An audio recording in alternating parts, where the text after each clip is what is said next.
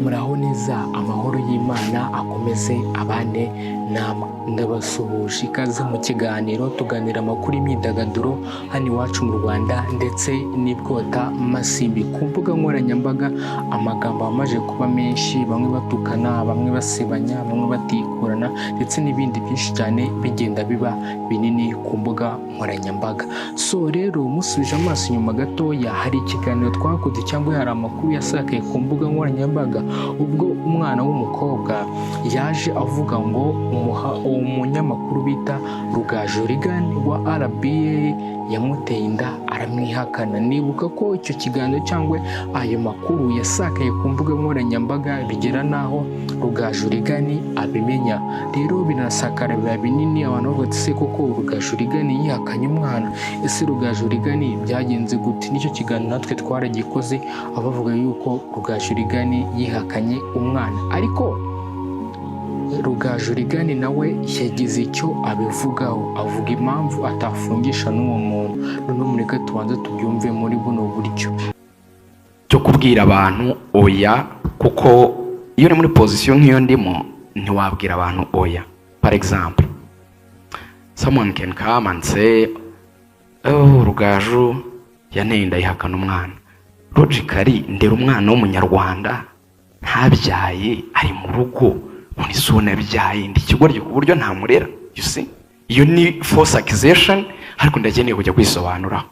Everyone can understand that. Ni muba mwabibonye se mwese? So aho se nakwiproteja gute? Nose mufungishe kandi nzigereza ukuntu imera. So I just let it, nkabireba nkabyihorera.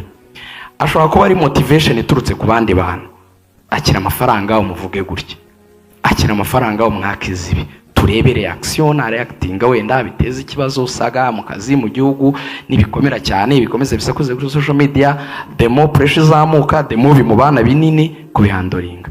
So nanone nize ko protection iruta zose ni silence, guceceka, kuko ikinyoma ni ikintu kiba disappeared mu kanya gato cyane uko cyakwamamazwa kose. Nizere yuko mwabyiyumviye. Uwo ni umunyamakuru Rugaju Regan ubwo yabishyiragaho umucyo akavuga ati ese ko nanjye ubwanjye ndera umwana utari uwanjye, ese nagira ubujiji bungana gute bwo gutera inda nkanga kurera umwana noneho nirireye? So ni ibintu byavuzwe ku mbuga nkoranyambaga biba binini cyane, biratangazwa n'abantu benshi bagiye batandukanye, ariko byari ibinyoma, byari bigo, kuko tuzi ko n'icyo kiganiro uwo mwana w'umukobwa yakoze baranagisibye ku rubuga rwa YouTube, ariko ntabwo bikwiye kuza guharabika umuntu, kumushyiraho icyasha nk'icyo ngicyo ntabwo byari byiza. Ariko kuri Regan Rugaju we ntabwo abigira binini, ahubwo we arabyoroshya akumva ati ni ibisanzwe, washakaga views, washakaga iki,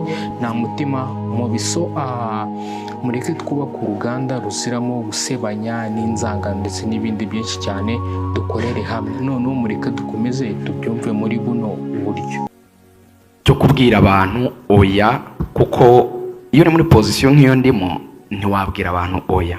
For example, someone can come and say, oh, Rugaju yanteye inda yihakana umwana. Logically ndera umwana w'umunyarwanda ntabyaye ari mu rugo, muri sona byaye ndi kigoryo ku buryo ntamurera. You see, iyo ni false accusation, ariko ndageneye kujya kwisobanura. Everyone can understand that. Ni muba mwabibonye se mwese? So aho se nakwiproteja gute? Nose mufungishe kandi nzigereza ukuntu imera. So I just let it, nkabireba nkabyihorera. Ashobora kuba ari motivation iturutse ku bandi bantu, akira amafaranga umuvuge gutya, akira amafaranga umwakiza ibi, turebe reaction reacting wenda biteze ikibazo usaga mu kazi mu gihugu nibikomera cyane, ibikomeze bisakuze kuri social media, the more pressure zamuka, the more bimubana binini kubihandoringa. So nanone nize ko protection iruta zose ni silence, guceceka, kuko ikinyoma ni ikintu kiba disappeared mu kanya gato cyane uko cyakwamamazwa kose. Hari nk'ibinyoma byinshi hano twese tuzi byagiye bibaho ariko bikisenya, ahubwo abo babyubatse bagasenywa nabyo. I'm sorry to say this, nahoze mbyereka umushuti yanjye yitwa Rodrigue.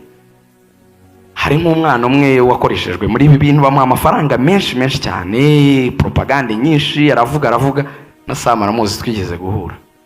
Ndambwira rero ntabwo imbabazi nzigirira abagukoresha, nzigirira wowe. Ariko nk'uyu munsi wa none Imana imworohereza, bamufunze n'amaze iminsi 5 cyangwa icyumweru mvuyemo, and that person wanabikoraga, I bless him, muri icyo gihe muhana amafaranga, araza arambwira mfite ikibazo, nubwo ubona twakuvuze kuriya, ni ikibazo cy'ubukene, let me feed you, nabibone ko nta kibazo mfite cy'umutima mubi, you see. Nyuma baramufunga. Simbyifuza ko bamufunga. Ndashaka kuvuga ko isi itanga n'ikintu cya justice ubwayo kandi tukiriho. Rero amapropaganda ni ikintu mugomba kumenya ko kibaho kurusha ibintu byose ku bantu banini. Societe yacu, I'm sorry to say so, n'abatari abamambure wenda ntimube offended, ariko abanyarwanda n'abanyamurenge turi bamwe. Kwa social media batari understandinga, bagira ikibazo cyo kubona ibintu byose bakabyizera. Hari n'umuntu ushobora kuvuga ati uriya muhungu sinamushyingira umukobwa wanjye, uriya muhungu buriya afite imiziro myinshi cyane, probably hari ushobora kubitekereza gutyo.